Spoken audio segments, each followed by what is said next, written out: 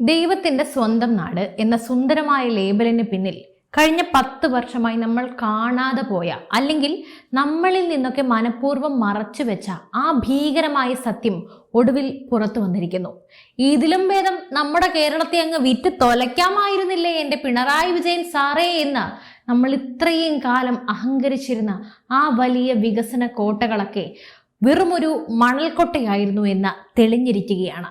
നമ്മുടെ നിയമസഭയുടെ മേശപ്പുറത്തിതാ ഒരു ഔദ്യോഗിക രേഖ വന്നിരിക്കുന്നു. എന്ത് രേഖയാണെന്നല്ലേ? വെറുമൊരു രേഖയൊന്നും അല്ല, കേരളത്തിന്റെ സാമ്പത്തിക മരണ വാറണ്ട് എന്ന് തന്നെ പറയാം. മുഖ്യമന്ത്രി VD സതീശൻ സഭയിൽ സമർപ്പിച്ച ആ അതീവ രഹസ്യ ധവളപത്രത്തിൽ എഴുതി വച്ചിരിക്കുന്ന ഞെട്ടിക്കുന്ന കണക്കുകൾ കേട്ടാൽ നിങ്ങളുടെ കാലിനടിയിലെ മണ്ണൊലിച്ചു പോകും. അത്തരത്തിലുള്ള വിവരങ്ങളാണ് ഞാനിപ്പോൾ പുറത്തുവിടാൻ പോകുന്നത്.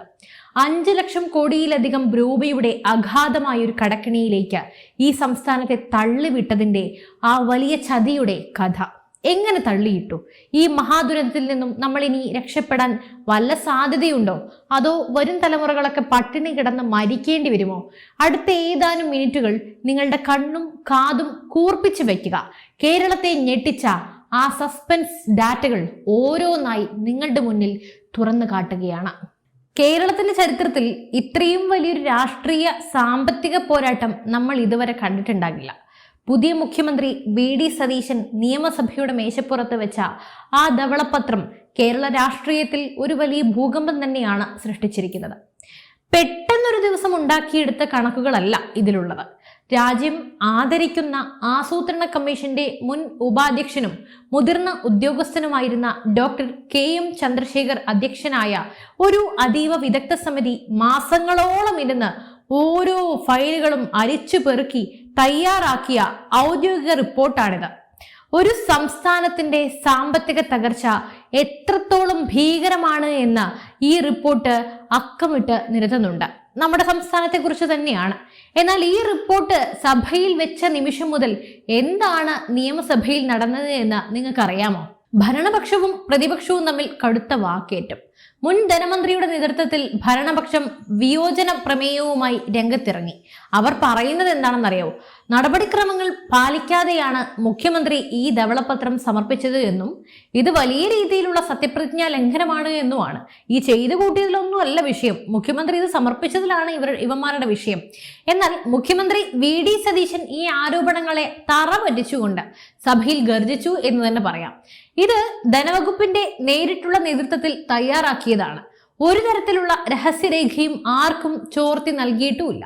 കെട്ടിപ്പൊക്കിയ മിഥ്യകൾ ജനങ്ങൾ എല്ലാവരും അറിയട്ടെ.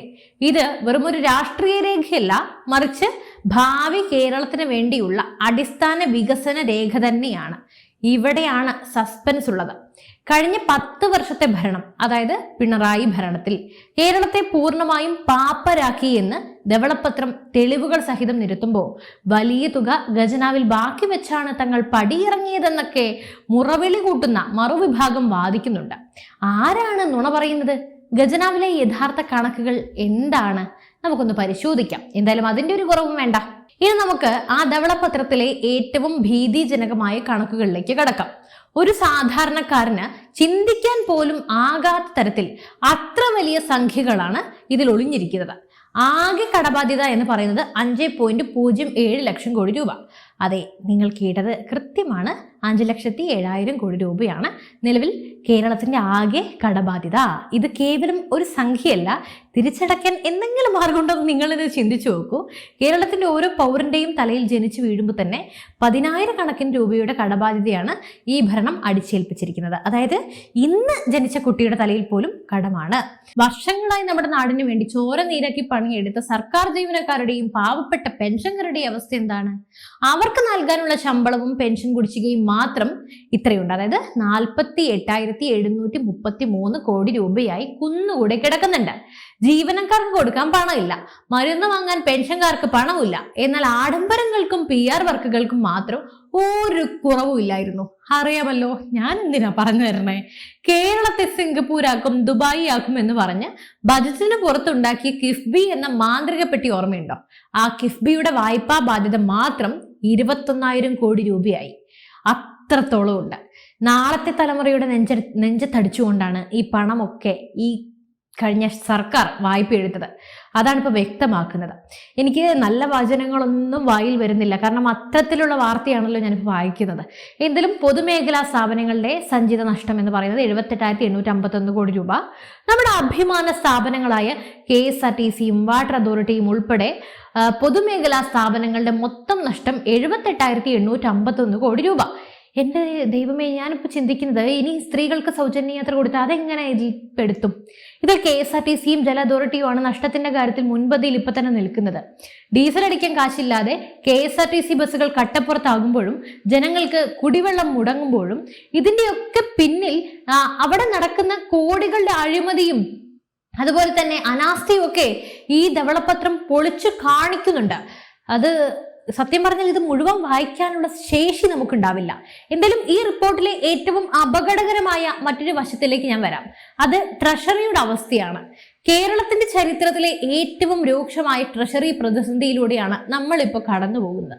കഴിഞ്ഞ മെയ് 16 വരെയുള്ള ഔദ്യോഗിക കണക്കനുസരിച്ച് നമ്മുടെ ട്രഷറിയിലെ ആകെ നീക്കിയിരിപ്പ് കേവലം 2,211 കോടി രൂപ മാത്രമാണ്.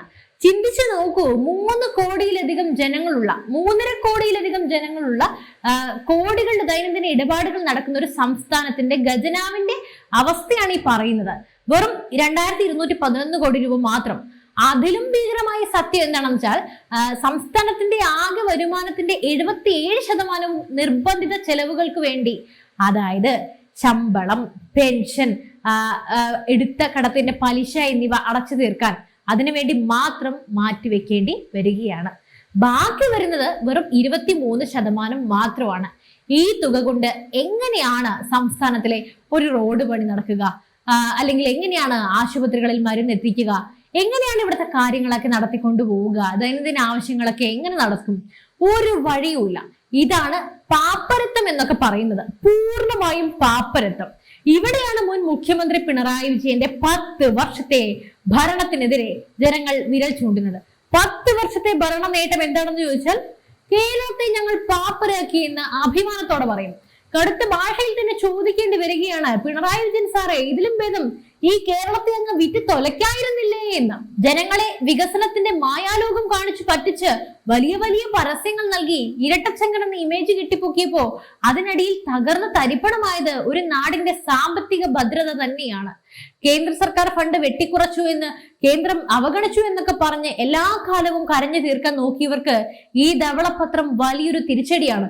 അല്ല, ഒന്ന് ചോദിക്കട്ടെ, ഈ 5.5 ലക്ഷം കോടി രൂപ നിങ്ങൾ കടമെടുത്തപ്പോൾ അതുകൊണ്ട് എന്താ ഇവിടെ മറച്ചത്? ഇതൊന്ന് പറഞ്ഞു തരുമോ? എന്തായാലും ധവളപത്രത്തിൽ കേന്ദ്ര സർക്കാരിൽ നിന്ന് ലഭിച്ച അധിക വരുമാനവും കേന്ദ്രം വെട്ടിക്കുറച്ച ഫണ്ടുകളുടെ കൃത്യമായ കണക്കുകളൊക്കെ വളരെ വ്യക്തമായി ഉൾപ്പെടുത്തിയിട്ടുണ്ട്. അതിലൊന്നും നമുക്ക് നമ്മുടെ മുൻ ഗവൺമെന്റ് പറഞ്ഞതുമായിട്ട് ഒന്നും ഒത്തുപോകുന്നില്ല. കേന്ദ്രത്തിന്റെ വിഹിതം മാത്രം വാങ്ങിക്കൊണ്ട് സംസ്ഥാനത്തിന്റെ സ്വന്തം നികുതി പിരിവ് പൂർണ്ണമായും പരാജയപ്പെടുത്തിയതിന്റെ ഉത്തരവാദിത്തം ആർക്കാണ്? ഇവിടെയുള്ള നികുതിയൊക്കെ നിങ്ങൾ മര്യാദയ്ക്ക് പിരിച്ചിരുന്നെങ്കിൽ ഇവിടെ ഇത്രയും വലിയ പ്രശ്നം നടക്കുമോ? എന്തായാലും നികുതി പിരിച്ചെടുക്കുന്നതിൽ കാണിച്ച കടുത്ത അനാസ്ഥ, ധൂർത്ത്, ഉപദേശിമാർക്ക് വേണ്ടി കോടികൾ ഒഴുക്കിയത്, ലോക കേരള സഭ പോലെയുള്ള ആഡംബര ധൂർത്തുകൾ, നവകേരളം, കേരളീയം, അങ്ങനെയുള്ള കൊള്ളരുതായ്മകൾ, അങ്ങനെ ജനങ്ങളുടെ നികുതിപ്പണം വകമാറ്റി ചെലവഴിച്ചതിന്റെ ഫലമാണ് ഇന്ന് കേരളം അനുഭവിക്കുന്നത്. വലിയ തുക ഖജനാവിൽ ബാക്കി വെച്ചാണ് ജനങ്ങൾ പടിയിറങ്ങിയതെന്ന് വലിയ വായിൽ നിലവിളിക്കുന്നവർ ഈ 2,211 കോടിയുടെ നീക്കിയിരിപ്പ് കാണിച്ച് പുതിയ സർക്കാർ അവരെ വെല്ലുവിളിച്ചിരിക്കുകയാണ്. വരും ദിവസങ്ങളിൽ ഈ വിഷയത്തിലുള്ള സാമ്പത്തിക രാഷ്ട്രീയ പോരാട്ടം കേരളക്കരയെ എന്തായാലും കൂടുതൽ ഉലയ്ക്കുക തന്നെ ചെയ്യും. അതിൽ യാതൊരു സംശയവും വേണ്ട. എന്തായാലും ഇനി നമ്മൾ ചിന്തിക്കേണ്ടത് ഏറ്റവും പ്രധാനപ്പെട്ട ഒരു ചോദ്യത്തെ കുറിച്ചാണ്. ഈ വൻ കടക്കണിയിൽ നിന്നും കേരളത്തിന് ഇനി എങ്ങനെ കരകയറാൻ സാധിക്കും? നമുക്ക് മുന്നിൽ എന്തെങ്കിലും വഴികളുണ്ടോ? അതോ നമ്മൾ പൂർണ്ണമായും തകർന്ന് തരിപ്പണമാകുമോ? ഡോക്ടർ KM ചന്ദ്രശേഖർ സമിതി ഈ ധവളപത്രത്തിൽ ധനകാര്യസ്ഥിതി മെച്ചപ്പെടുത്താനുള്ള കർശനമായ ചില പരിഷ്കാര നടപടികളൊക്കെ ശുപാർശ ചെയ്തിട്ടുണ്ട്. ആ നിർദ്ദേശങ്ങൾ നടപ്പിലാക്കുക എന്നത് അത്ര എളുപ്പമുള്ള കാര്യമല്ല. അത് ജനങ്ങൾക്ക് മേൽ വലിയ ഭാരമായി മാറും. അതിനുള്ള സാധ്യതയുണ്ട്.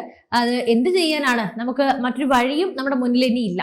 സംസ്ഥാനത്തിന്റെ നികുതി പിരിവ് സംവിധാനം പൂർണ്ണമായും കമ്പ്യൂട്ടറൈസ്ഡ് ആക്കുകയും ചോർച്ചകൾ പൂർണ്ണമായി അടയ്ക്കുകയും വേണം. അതുപോലെ GST പിരിവിലെ പോരായ്മകളൊക്കെ പരിഹരിക്കണം. സർക്കാർ തലത്തിലുള്ള എല്ലാത്തരം ആഡംബര ചെലവുകളും വെട്ടി കുറയ്ക്കണം. അനാവശ്യ തസ്തികകളും എല്ലാം തന്നെ ഉടൻ തന്നെ വെട്ടിക്കുറയ്ക്കണം. വലിയ സാമ്പത്തിക ലാഭമില്ലാത്ത പദ്ധതികളെല്ലാം താൽക്കാലികമായി എങ്കിലും നിർത്തിവെക്കണം. എന്തിനാണ് ഇതൊക്കെ കെട്ടിപ്പിടിച്ചുകൊണ്ടിരിക്കുന്നത്? കോടികളെ നഷ്ടം വരുത്തി വെക്കുന്ന എല്ലാ തരം, അതായത് KSRTC, ജല അതോറിറ്റി തുടങ്ങിയ സ്ഥാപനങ്ങളെല്ലാം അതിനെല്ലാം പ്രൊഫഷണൽ മാനേജ്മെന്റ് കൊണ്ടുവരികയും അവയെ ലാഭത്തിലാക്കാനുള്ള കടുത്ത നടപടികൾ സ്വീകരിക്കുകയും വേണം. അല്ലാത്ത പക്ഷം ഇവയെല്ലാം അടച്ചുപൂട്ടേണ്ടി വരുമെന്നത് തീർച്ചയാണ്. ഇനി പുതിയ കടങ്ങളൊക്കെ എടുക്കുന്നത് ദൈനംദിന ചെലവുകൾക്ക് വേണ്ടി ആകരുത്. വരുമാനം തിരിച്ചു കിട്ടുന്ന ഉൽപാദന മേഖലകളിൽ മാത്രമേ ഇനി പണം നിക്ഷേപിക്കാവൂ. കേരളത്തിന്റെ അവസ്ഥ ഇന്ന് ICUവിൽ കിടക്കുന്ന ഒരു രോഗിയെ പോലെയാണ്. രാഷ്ട്രീയ ലാഭങ്ങൾക്ക് വേണ്ടി മാറി മാറി വരുന്ന സർക്കാരുകൾ ജനങ്ങളെ പറ്റിക്കുമ്പോൾ ഒടുവിൽ അത് അനുഭവിക്കേണ്ടി വരുന്നത് നമ്മൾ അടങ്ങുന്ന സാധാരണക്കാരാണ്. 5 ലക്ഷം കോടിയുടെ ഈ കടക്കെണി, ആ കടബാധ്യത വരും തലമുറയുടെ ഭാവി ഇരുട്ടിലാക്കിയിരിക്കുകയാണ്. അതിന്റെ ഭീകരത അത് അനുഭവിക്കുമ്പോഴേ മനസ്സിലാകൂ. അത് ഇപ്പോൾ നിങ്ങൾക്ക് പറഞ്ഞാൽ ചിലപ്പോൾ ക്യാപ്സ്യൂളുകൾ വിഴുങ്ങി താഴെ വന്ന് ചീത്ത വിളിക്കും. എന്തായാലും നിങ്ങൾ ചീത്ത വിളിച്ചോളൂ, ഒന്നും പറയാനില്ല. നിങ്ങളുടെ ബോധമില്ലായ്മയും വിവരമില്ലായ്മയും നമ്മുടെ കുറ്റമല്ലല്ലോ. എന്തായാലും ഈ സാമ്പത്തിക ദുരന്തത്തിൽ നിന്നും കേരളത്തെ രക്ഷിക്കാൻ പുതിയ സർക്കാരിന് സാധിക്കുമോ? അതോ വരും ദിവസങ്ങളിൽ കേരളം കൂടുതൽ വലിയ പ്രതിസന്ധികളിലേക്ക് കൂപ്പുകുത്തുമോ? നിങ്ങൾക്ക് എന്ത് തോന്നുന്നു? തീർച്ചയായും നിങ്ങളുടെ അഭിപ്രായങ്ങൾ രേഖപ്പെടുത്തൂ. മറ്റു വിഷയമായി വീണ്ടും കാണാം. നന്ദി.